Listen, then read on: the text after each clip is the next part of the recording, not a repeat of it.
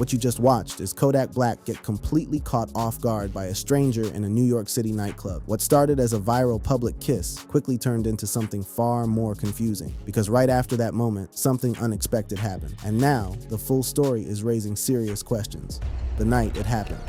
Most artists at Kodak's level, rappers with his kind of catalog, his kind of history, his kind of fame, move through public spaces with layers between them and the crowd. Security guards, velvet ropes, private entrances, handlers who control who gets close and for how long. There is a system that exists specifically to prevent the kind of moment that went viral on April 8, 2026. And Kodak Black has never seemed particularly interested in that system. Kodak Black, born Bill Capri, raised in the Golden Acres housing projects in Pompano Beach, Florida, has always been that rapper who stays low to the ground. He moves through clubs like he belongs in the room, not above it. He vibes with the crowd. He lets people get close. He shakes hands and takes pictures and laughs with strangers and gets into the full energy of wherever he is, like he is just another person who showed up that night, even when he is absolutely the reason the whole room is alive in the first place. That accessibility is not an accident. It is baked into who he is as a person and as an artist. And it is also, as this story is about to remind everyone, a setup for moments exactly like this one. So when Kodak appeared at a nightclub in New York City around April 8, 2026, nobody in that room found it alarming that fans were within arm's reach of him. That is just how a Kodak Black night goes. That is the unspoken agreement between him and the people who come out to see him. You get close, he stays close, and most of the time, nothing happens. Most of the time. That particular week in New York had already been good to him. He performed at the April Fool's Comedy Jam at Barclays Center on April 4th. A big room, a big crowd, a good show.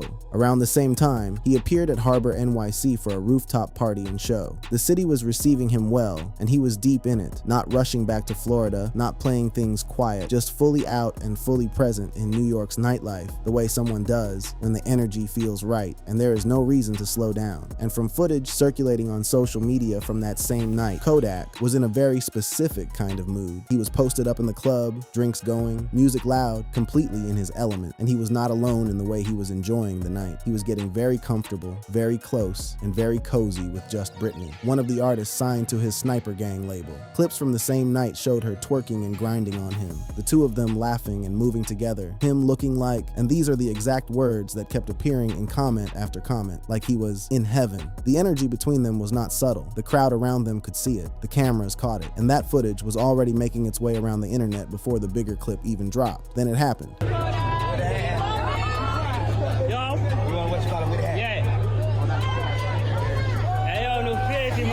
A fan, someone in that club, someone who saw their moment and decided to take it without stopping to think about what came after, walked up to Kodak fast, bold, and with absolutely zero hesitation, and planted a kiss on him, right there, in the middle of the room, in front of everyone, on someone's phone camera, on the record. The clip, which runs between 9 and 12 seconds in most reposts, captures the whole arc of the moment, the approach, the kiss, and the immediate aftermath. And what it shows in those few seconds is Kodak Black looking as genuinely caught off guard as he has ever looked on camera. His face in the aftermath is the face of a man who is trying to rapidly process something his brain did not prepare for. Wide eyes, a quick turn, a look that viewers on every platform described the same way, no matter where they saw it, using the same words in the comments as if they had all rehearsed it. Wait a damn minute. He did not push the fan away. He did not grab security. He did not make a scene, raise his voice, or do anything that would turn a weird moment into a dangerous one. He did what Kodak Black almost always does when fans cross into his personal space in a live setting. He let the moment breathe, processed it quietly, and then kept moving.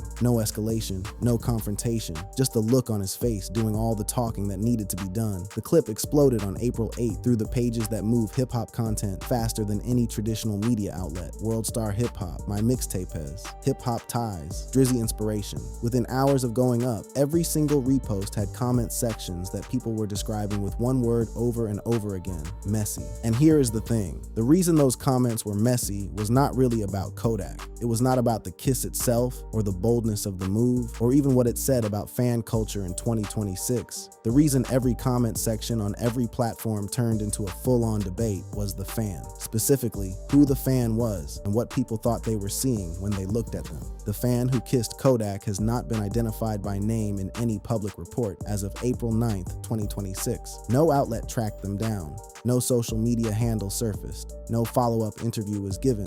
No one claiming to be the fan has spoken publicly. The person appears to have been a completely anonymous clubgoer who spotted Kodak, made a move, and then disappeared back into the crowd as though it never happened, leaving the internet to argue about the footage without a single piece of additional context to work with. Comments like, "That's a Sir G," started appearing. Then, "Lady Boy." Then, "That's a dude." Then the counter arguments, calling people out for reaching, pointing to the fans' overall look, arguing that people see what they want to see. Then the memes. Then the confusion emojis. Then the quote reposts with captions designed to get more people into the conversation. WorldStar titled their upload with the phrase, "The internet's confused," because that is exactly what the internet was. And that framing was the accelerant. People who had not seen the clip clicked just to figure out what the confusion was about. People who had already seen it came back to the comments to weigh in on the debate. It became one of those rare viral moments where the original event matters less than the argument it generates, and the argument just keeps feeding itself. The pattern. If you have followed Kodak Black's career for any stretch of time, even loosely, even from a distance, you already understand that what happened in that New York City club on April 8, 2026 was not a random, unprecedented event. It was a chapter in a book that has been writing itself for years. A book full of fans who got too close, moments that got too weird, and Kodak responding with the same energy every time, awkward, unbothered, and somehow still standing at the end of it. His accessibility is the root of all of it. Most rappers at his level have figured out by now that the easiest way to avoid chaotic fan situations is to create physical and social distance. Make yourself hard to reach. Let the mystique do the work. Let security be the wall between you and the crowd. Kodak has never operated that way, and it shows in every single one of these clips. He moves through shows and clubs and public spaces like someone who genuinely wants to be in the middle of the energy rather than above it. And when you do that consistently, over years, across cities and venues and countries, you accumulate stories. Some of them are funny, some of them are wild, and at least one of them is genuinely difficult to watch. Let us start at the top, the one that still lives rent-free in the memories of everyone who saw it, the one that, in 2026, remains the single most chaotic and explicitly physical fan encounter ever captured on camera involving this man. September 2022, the Bahamas, again. This one had a completely different energy, much less chaotic, much warmer, but it showed the same fundamental dynamic at work. Kodak was not at a show or an event. He was walking to the beach with a group of friends on what looked and felt like a casual vacation day when a blonde woman spotted him from nearby. She did not hesitate. She did not stand at a distance debating whether to approach. She walked directly up to him, caressed the back of his head with her hand, and pulled him into a deep, full-body embrace, pressing herself entirely against him in a way that blurred the line between a hug and something else entirely. Then she stepped back just enough to grab his face in her hands and look at him and say exactly what was on her mind. "I don't know if you're with a girlfriend, but I wanted to kiss you." And then she kissed him on the cheek. After that, she jumped around screaming. She turned to her friends and announced what had just happened. She came back and hugged him again, kissed his cheek a second time, told him she loved him, and ran off. Kodak hugged her back the whole time. He said, "I love you too," when she said it first, and then he posted the clip himself on his Instagram stories, describing the whole thing as pure, touchy-feely love. No embarrassment, no discomfort visible in his face. Just Kodak being Kodak, letting fans into his space and treating the moment like something worth sharing with the world rather than something to be quietly moved past. Then there is the 2024 stage proposal. A fan at a show in California got on her knees during his performance and proposed marriage to him. She was not joking. She was fully committed to the bit, or maybe it was not a bit at all. The energy read as genuine. Kodak played along with it in the moment, nodding to his own lyrics and letting the crowd absorb the scene, which gave everyone what they came for without making the fan feel rejected or embarrassed. Nothing developed from it. It ended the way those things always end. Clip circulates, people talk about it for a few days, then the next thing happens and it gets replaced. But it lives in the catalog of these moments that define how he and his fans interact. The club and stage patterns that run across every year of his career tell the same story in smaller doses. Multiple clips show fans, and sometimes people in his own circle, twerking and grinding on him at shows, after parties, box suites, and nightclubs. Some of that footage is so close close and so physical that commenters consistently describe it with the same phrase. They look like they're getting it on right there. He pulls fans on stage for extended dances that stretch well beyond what a typical concert moment would look like. He signs autographs for so long and so personally that one session at a meet and greet lasted a full 5 minutes for a single fan getting her shirt signed, a prolonged, intimate interaction that somehow became its own viral clip in the weirdest fan moment category. And then there is the clip, brief, bizarre, and completely without context, where Kodak dug in his nose and wiped it on a fan's head. That is a sentence that exists in the world now, and we are all going to have to just accept that and move forward. The through line in all of these moments is the same thing. Kodak does not manage distance. He never has. And so fans, emboldened by his energy, emboldened by his accessibility, emboldened by the fact that the last person who walked up on him did not get pushed away, keep coming. And most of these moments stay in the meme-worthy and funny category rather than escalating into anything that requires a serious response. But they pile up. Year after year, city after city, show after show, they pile up. And the April 8th NYC Kiss is just the newest addition to a list that was already long and only keeps growing. Which means the next time someone walks up on Kodak Black in a club and does something that ends up on World Star, nobody who has been paying attention is going to be surprised. The bigger picture. There is an easy version of the Kodak Black fan kiss story. In the easy version, it is just a funny clip from a nightclub. A rapper gets surprised. His face says everything. The internet debates the fan's identity for 48 hours. The clip fades, life continues. That version of the story is fine. It is accurate in its facts, even if it is incomplete in its meaning. But Kodak Black has never been a story that fits neatly into the easy version. The man standing in that New York City club on April 8, 2026, the man with the wide eyes and the shocked expression, is someone who has been through things that reframe every viral moment he is ever involved in. If you know the full context, he has been to federal prison. He had his sentence commuted by the President of the United States. He got shot outside a celebrity restaurant in West Hollywood during Super Bowl weekend. He spent much of 2025 in the middle of a custody battle so public and so ugly that it involved arrests, countersuits, Instagram lives, and allegations that, regardless of how they resolved in court, left a mark on his public image that does not simply disappear because both parties signed a settlement agreement. Understanding all of that does not change what happened in the club on April 8, but it changes the weight of it. It changes the story you are telling when you talk about who was standing there and what that moment actually represents. Let us start with the relationship picture,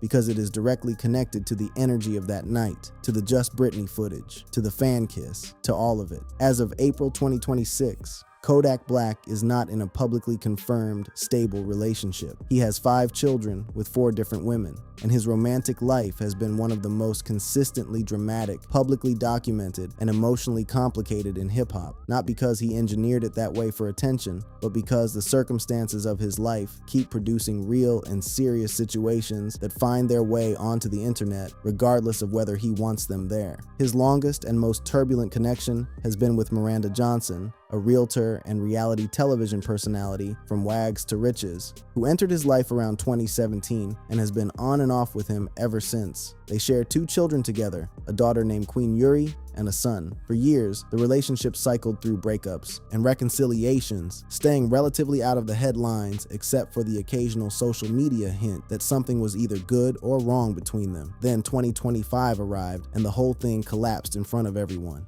In February 2025, Miranda filed for emergency custody, leveling a set of accusations against Kodak that included domestic violence, chronic absence as a father, and failure to pay child support that reflected the actual financial reality of his life and income. She cited Florida's Grayson's Law, a statute that requires courts to weigh prior domestic violence when making custody decisions, as the legal basis for the emergency filing. She also alleged that Kodak and his mother had taken their son without informing her and told her she would never see him again. The details in the filings were specific and serious, and they hit the internet hard. Kodak's legal team answered back immediately. They called the claims a money grab and filed countersuits for defamation and vehicle damage after Miranda allegedly smashed the windshields of several of his luxury cars. Both sides were in court, both sides were making arguments, and the whole thing was playing out in public through court filings, social media posts, and tabloid coverage in a way that gave everyone watching a front row seat to a genuinely painful situation. investigation. Meanwhile, Miranda was arrested multiple times in 2025 in connection with events that circled the same drama: a brawl at their daughter Queen Yuri's birthday party that reportedly involved other mothers of Kodak's children, a separate nightclub altercation that resulted in battery and criminal mischief charges, and a courthouse incident that added its own charges to the pile. The baby mama drama was not contained to one household or one relationship. It was spread across multiple women, multiple children, and multiple legal proceedings happening simultaneously. They settled in September 2025. A parenting plan was agreed upon. The lawsuits on both sides were dismissed. Miranda is now consistently referred to in coverage as his ex-girlfriend. Legally, that chapter is closed, but the shadow it cast over his image going into 2026 is not something a settlement agreement wipes away. It is part of the story now. Before Miranda, there was Mellow Rex, an influencer and rapper he was engaged to around 2021, whose split from him was messy and unresolved enough that the feud reignited in 2025 when she collaborated with NBA YoungBoy after Kodak dissed YB publicly. Old clips from their relationship resurfaced. Old allegations and old dynamics came back to the conversation. The internet handled it exactly the way the internet handles these things: loudly, completely, and without mercy for either side. And then there is Just Britney. Back to that night, back to the club. Just Britney is officially Kodak's signed artist on Sniper Gang. That is the label that appears on the official documentation, the one that gets cited when anyone asks what their relationship is. But the footage from March and April 2026, footage from that same NYC club night that produced the fan kiss clip, tells a story that does not feel entirely professional.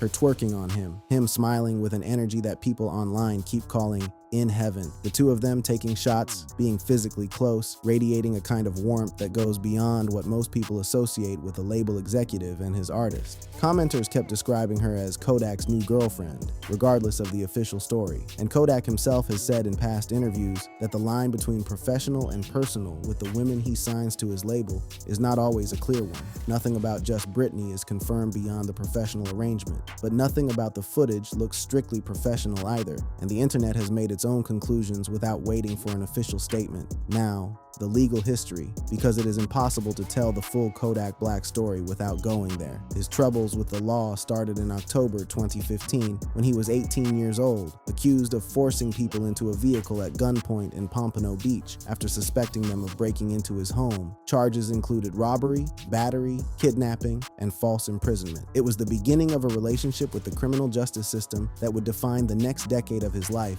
as much as any album or hit record. In February 2016, a young woman accused him of sexual assault at a hotel in Florence, South Carolina after a show. The charge was first-degree criminal sexual conduct, the most serious level of the offense under South Carolina law, carrying up to 30 years in prison. The case moved through the legal system slowly and painfully for 5 years. In April 2021, he accepted a plea deal, pleading guilty to the reduced charge of first-degree assault and battery.